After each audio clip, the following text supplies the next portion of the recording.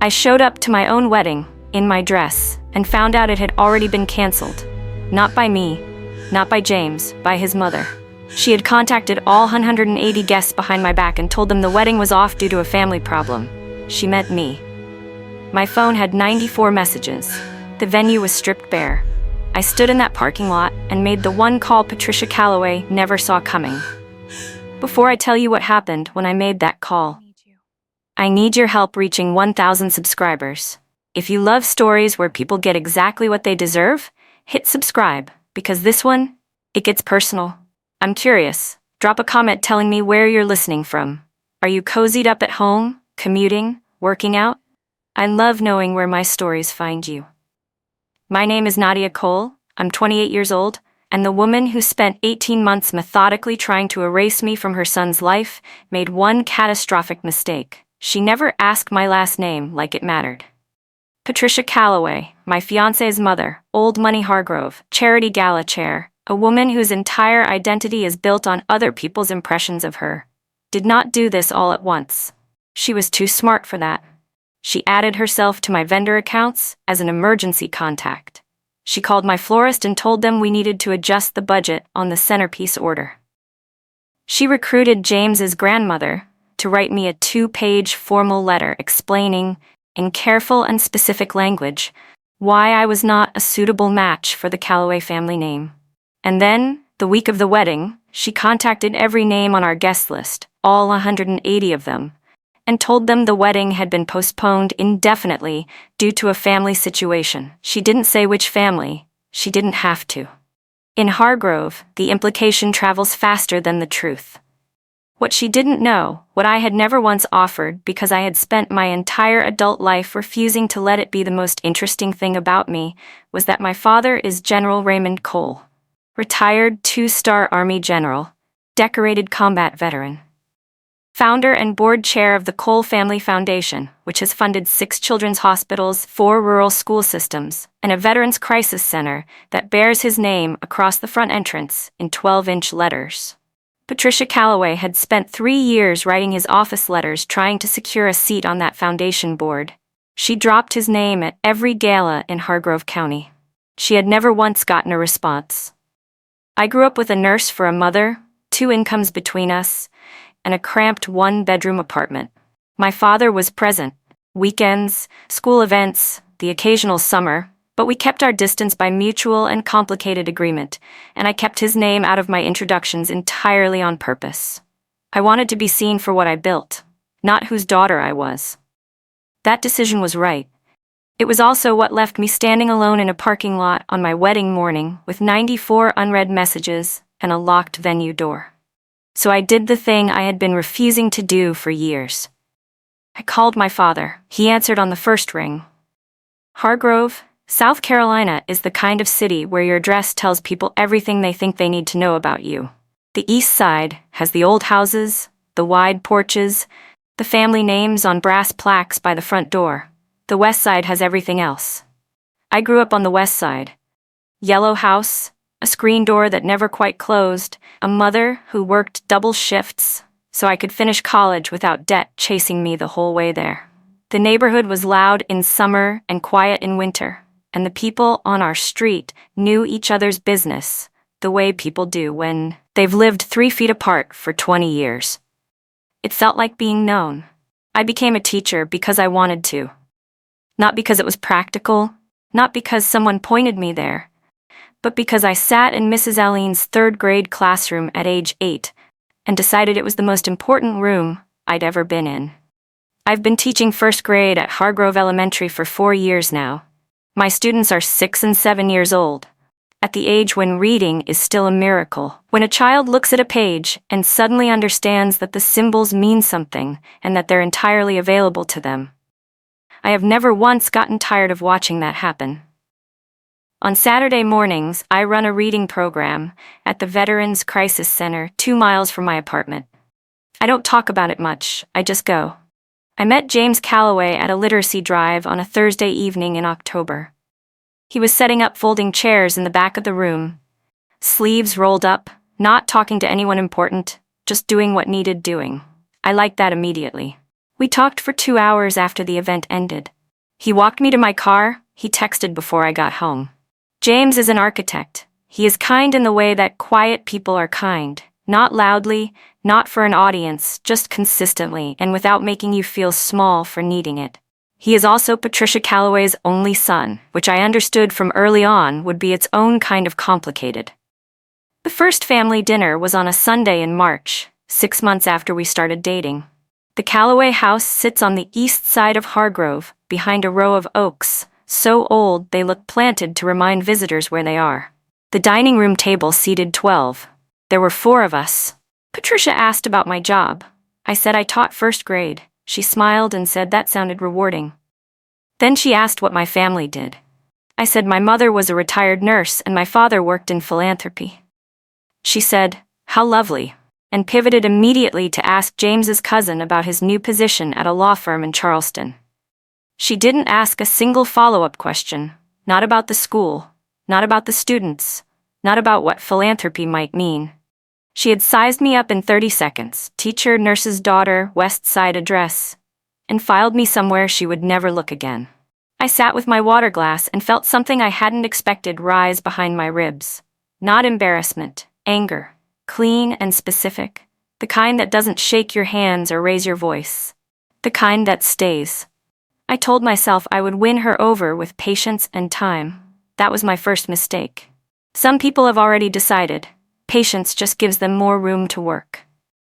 Patricia didn't come at me directly. That wasn't her style. She was too practiced for that. What she did instead was quieter and harder to prove. A campaign built from small moves, each one easy to explain away on its own, each one adding up to something I couldn't ignore. It started with James. He came home from Sunday lunch with his mother in April and asked gently if I was feeling okay about the wedding planning. I said yes. He said his mother worried I seemed stressed. I said I was fine. He dropped it. But the question sat in the room for the rest of the evening, like something neither of us wanted to step on. It happened again 2 weeks later. And again after that. His mother was worried. His mother had noticed. His mother just wanted to help. The word overwhelmed started appearing in those conversations, soft and small, like it had always been there. I began to wonder if James was starting to believe it. Meanwhile, Patricia was busy. My florist called on a Tuesday morning to confirm a reduction in the centerpiece order. I hadn't requested any reduction. When I called back, the woman at the counter told me my future mother-in-law had phoned the week before and mentioned we needed to adjust the budget on the arrangements. So pleasant. The woman said, so reasonable. My hands were shaking by the time I hung up. I called the venue next. Patricia had added herself to the account as an emergency contact. Quietly, at some point, I couldn't pinpoint, using access I had never given her. When I asked the coordinator how it happened, she seemed genuinely confused. Mrs. Calloway had simply introduced herself as family. It hadn't seemed unusual at the time. None of it seemed unusual on its own. That was the entire architecture of it. I fixed what I could, called the florist, and restored the order. Had myself relisted as the sole authorized contact on the venue account, and requested that any future changes come from me directly, confirmed in writing. I did it all without saying Patricia's name out loud. I told myself I was being smart.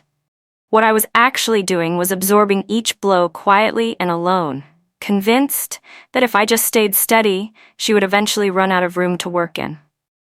I believed composure was armor, that if my vendor accounts were locked and my smile never cracked, there would be nothing left for her to use. I had been a teacher long enough to know that some problems don't respond to patience. I knew it in the classroom. I had seen it with students, with parents, with situations that required action rather than composure. I just could not apply it to my own life. For the first time, I felt something I had been pushing back for months. Not sadness, fear, not of Patricia herself, of how far she was willing to go, and how few people around me seemed able to see it. I had genuinely liked Eleanor Calloway. That was the part that made it hard. James's grandmother was 79 years old, small and sharp-eyed, with the kind of dry humor that arrives before you're ready for it and stays with you longer than you expect. The first time we met, she had looked me over for exactly 3 seconds and said, "Good." James always picks chairs that are too small for the room. It's nice he finally got that right. I laughed out loud. She smiled like she meant it. I drove home and told Priya I thought we might actually get along. So, when a cream-colored envelope arrived at my apartment on a Wednesday with her name on the back flap, I opened it without any worry at all. The letter was 2 pages, handwritten in the kind of careful cursive that takes real time. It began pleasantly. How much the family valued James's happiness, how welcome I had been made to feel. Then it turned. Eleanor wrote about the Callaway name the way some people write about a building that must be properly maintained. Something that requires the right materials, the right conditions, the right kind of care. She wrote about legacy, about shared foundations, about the responsibility of marrying into a family like theirs. She listed, specifically, qualities that had made previous Callaway marriages strong. She was never cruel. She didn't need to be. The letter was written in the calm, certain tone of someone delivering obvious facts to a person who simply hadn't understood them yet. The message underneath was clear. I was not what they had in mind. I should perhaps think carefully about whether I was truly prepared for what this marriage would require of me. By the second page, I had to put it down and breathe. Not because I was hurt, because I was furious. At Eleanor for signing her name to it, at Patricia for writing it, and at myself most of all for sitting there alone in my kitchen reading it, instead of calling that someone who actually loved me. I wanted to be angry out loud. Instead, I folded the letter along its original creases and put it in the drawer next to my lease and my insurance documents, things that required attention, but not right now.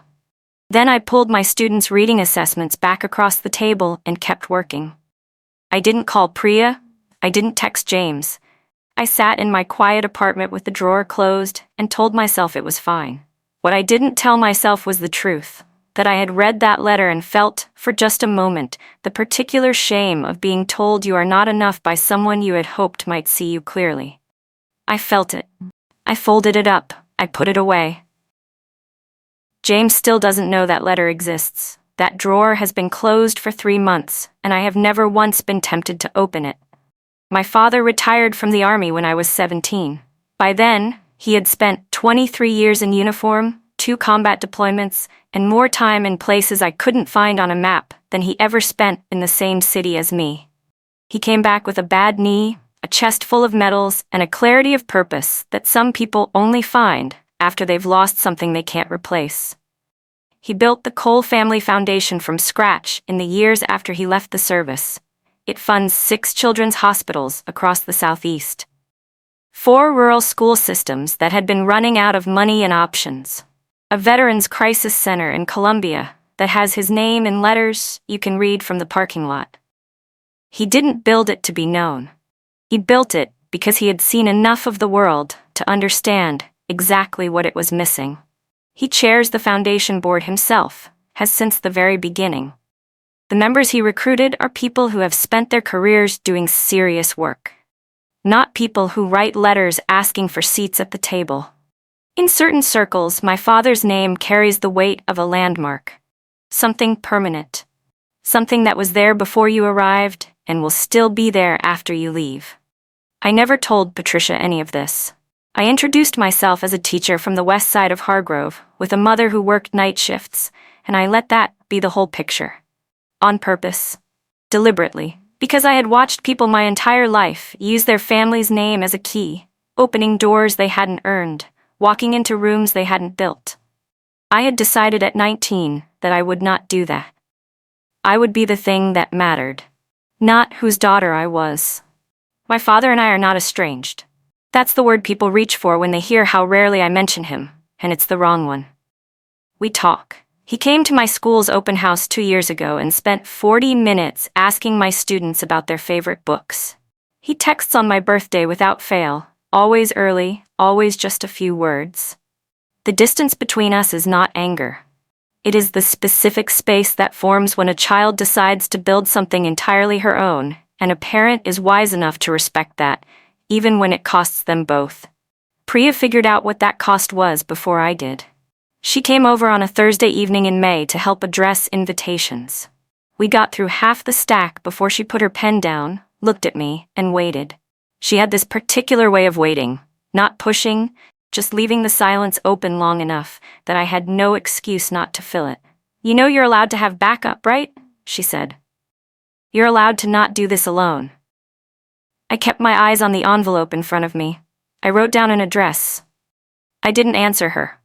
I wish I had. James is not a bad man. I want to say that clearly because it would be easier, in some ways, if he were. A bad man would have made the choice obvious. What I had instead was a good man who had spent his entire life finding ways to keep the peace in a house where peace had to be actively manufactured, and who had gotten so skilled at it that he no longer noticed when he was doing it. I watched the pattern form in small moments over and over, the way you watch something until you step back and see the whole shape. There was the evening Patricia made a comment at dinner about the wedding venue being a little informal for a Callaway event. Said lightly, like an observation.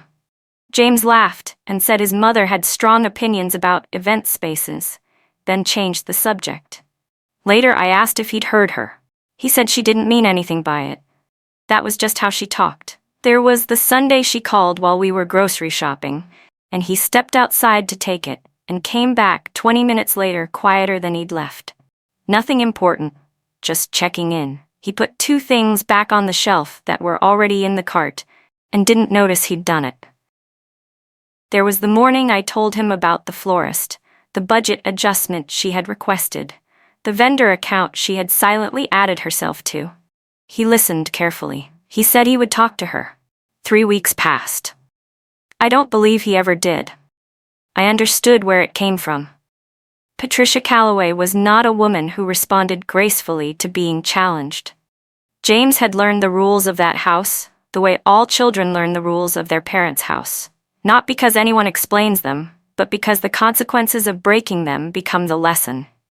He had been managing her for years. It had just never cost him anything this important before. The hardest conversation we had was on a Tuesday night in June, 4 weeks before the wedding. I waited until dinner was cleared. Then I sat across from him and said it plainly. "I need you to see what she's doing."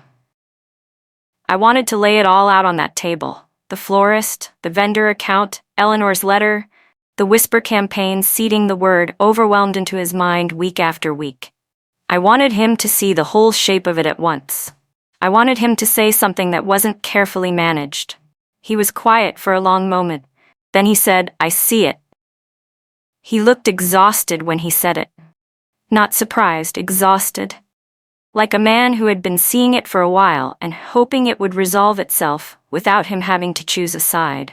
I went home that night knowing something was going to break before the wedding. I just didn't know yet which direction the break would go. The week of my wedding was supposed to feel like a rival. The moment after a long climb when you finally stop moving and look at where you are. Instead, it felt like walking through a room where someone had been quietly rearranging the furniture in the dark, and I kept walking into edges. Monday was fine. Tuesday was fine. I finished my last week of school before summer, hugged my students goodbye, stood in my empty classroom for a few minutes in the quiet. Drove home with the windows down. James and I had dinner and talked about nothing more serious than his cousin's flight schedule. I went to bed feeling, for the first time in months, like we might actually get through this. Patricia moved on Wednesday. She called the venue coordinator that afternoon and said there was an urgent billing matter requiring immediate clarification. She was calm and specific, gave enough detail to sound credible, and the coordinator, acting in good faith on what sounded like a legitimate family concern, gave her access to make the necessary updates. Same approach she always used. Reasonable enough on the surface that no single person felt they had done anything wrong. By Wednesday evening, she had sent a message to every name on our guest list, 180 people. Brief and politely worded, the kind of thing that sounds reasonable until you read it twice. Due to an unexpected family situation, the Callaway Cole wedding scheduled for this Saturday has been postponed indefinitely. The family appreciates your understanding and asks for privacy during this time. She signed it with her name. She did not say which family had the situation. She didn't need to. In Hargrove, a message like that from Patricia Calloway carries its own weight. Something had gone wrong on the bride's side. These things happen. I woke up Thursday morning to my phone lit up on the nightstand like something was on fire. 94 messages. I read the first one standing at the kitchen counter in my pajamas, coffee still brewing. Then the second. By the 8th, I sat down. By the 20th, I was on the floor with my back against the cabinet, reading one by one, hands wrapped around my phone. My colleagues, parents from school, the women from my mother's church who barely knew me. My friend Marcus, who had flown in from Atlanta. 94 versions of the same question arranged in 94 different ways. Is it true? Are you okay? We got a message from James's mother. Is the wedding still happening? I read all 94. Every single one, without responding to any of them. When I got to the end, I set my phone face down on the floor and sat quietly for a moment. My coffee was cold. The morning light had shifted. Then I stood up, walked to the closet, and looked at the garment bag hanging on the door. My dress was still there. That meant it wasn't over yet. I drove to the venue alone. Priya had offered to come, and I had told her I was fine, which was something I had been saying so often, and so automatically, it had stopped meaning anything at all. The drive took 11 minutes. I watched the clock the whole way. The parking lot had 3 cars in it. One belonged to the venue coordinator. One belonged to the florist's assistant, who was standing near the side entrance with an uncomfortable expression and a clipboard. The third was James's. I sat in my car and looked at it for a moment. His car meant he was already inside, and likely with Patricia. He had called me the night before, voice careful and managed, saying he needed to handle something with his mother before the ceremony. I told him okay. I had not slept much after that. The florist's assistant met me near the door. She spoke quickly, like she'd been rehearsing. The account had been accessed Wednesday afternoon. The flower order had been reduced again, the ceremony arch arrangements and 3 reception tables, gone. The contact information had been changed so she couldn't reach me to confirm. I asked whose name was on the change. She looked at her clipboard. Then she looked at me without answering, which was answer enough. Inside, I could hear voices down the main hall. I stood in the entrance of a venue that was supposed to hold 180 people in 3 hours, and looked at the empty rows, the missing flowers, the locked catering screen on the coordinator's tablet. I had spent 18 months being the bigger person, fixing things quietly, choosing the high road so many times I could walk it in the dark. I had been told, implicitly and explicitly, that if I was just patient enough, just careful enough, just good enough, it would work itself out. None of it had mattered. She had come back during wedding week with a fabricated billing concern and a coordinator who acted in good faith, and she had undone everything. I walked back outside. I stood in that parking lot in my street clothes with my garment bag over my shoulder and the morning sun warm on my neck, and I made the decision I had been refusing to make for years. I had told myself I didn't need this call, that I was enough, that asking for help was something I refused to do. Patricia Calloway had just made me understand what that refusal had cost. I called my father. He answered on the first ring. I told him where I was. I told him what the parking lot looked like, what the account screen said, what had happened to the flowers. I kept my voice level. I had learned that from him, actually. He listened without interrupting. When I finished, he said 4 things. I'm 2 hours away. I'm getting in the car now. Don't go anywhere. Put on your dress. I went inside and put on my dress. My father arrived in a gray suit, no tie, sleeves already rolled to the elbow, which is how I knew he hadn't stopped the whole drive. He came through the venue's side entrance at 10:30, and behind him came people. Mrs. Okafor, whose daughter had arrived in my class in September, unable to hold a pencil and left in June reading chapter books. Mr. and Mrs. Tran from the literacy nonprofit, driven up from Beaufort. 4 veterans from the Saturday morning program, apparently needing no more invitation than a phone call in their best shirts. And then more. Parents I recognized, colleagues I hadn't expected, neighbors from my building.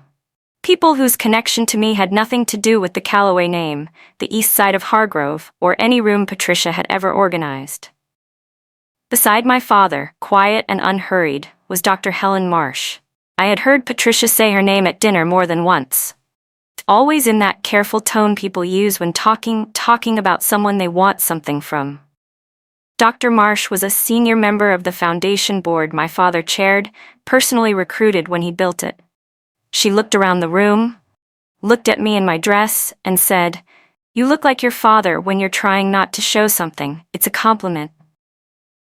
Priya had the music sorted before I could ask. The coordinator unlocked the catering account after one phone call. People found seats, the empty rows filled. The gaps where flowers had been disappeared under the simple fact that the room was no longer empty. James walked in from the parking lot at 10 minutes to 11. Came through the main doors, straight to the altar. Didn't look toward his mother's usual seat. He looked at me. Eyes red at the edges, jaw set. The look of a man who has just done something hard and is still deciding how he feels about it. He chose. That was enough for me. We got married in front of fewer flowers and more people than I had planned for, and it was the most real thing I have ever been part of. Patricia arrived 20 minutes after the ceremony ended. She came through the entrance with her smile prepared, and stopped cold. The room was full, packed with people she had not arranged to be there. My father was standing near the door. She extended her hand and said she had heard so much about him. He looked at her hand, then at her face. "You must be Patricia," he said. "Nadia has told me very little about you. I've been filling in the rest myself." Before she could answer, Dr. Marsh stepped forward. "Mrs. Calloway." She said it pleasantly, like a greeting. "I'm Dr. Helen Marsh." A brief pause. "I understand you've sent several letters to the foundation office over the years." Another pause. "I'm sorry we were never able to respond." The room was quiet enough that people heard it. Patricia's hand was still extended. Her smile held, but something behind her eyes shifted. The moment she understood exactly what room she had just walked into. Every letter written, every name dropped, every gala attended trying to earn access to a door that had just closed around her, publicly, in front of everyone she had been trying to impress. My father shook her hand. Then he walked over to where I was standing and put his arm around my shoulders. We stayed there for a while, watching the room, saying nothing at all. Patricia's consequences arrived the way her damage had arrived, quietly, and from directions she hadn't been watching. On Monday morning, Dr. Marsh made a call to the foundation office. Patricia's name was removed from the hospital board shortlist. No announcement, no letter of explanation. The name simply moved from the candidate list to somewhere it would not be returning from. In a city like Hargrove, that kind of news travels without any help. 2 families resigned from Patricia's charity committee within the following month. They gave polite reasons that didn't mention the wedding. They didn't need to. 180 messages were sitting in 180 inboxes. And people are good at math.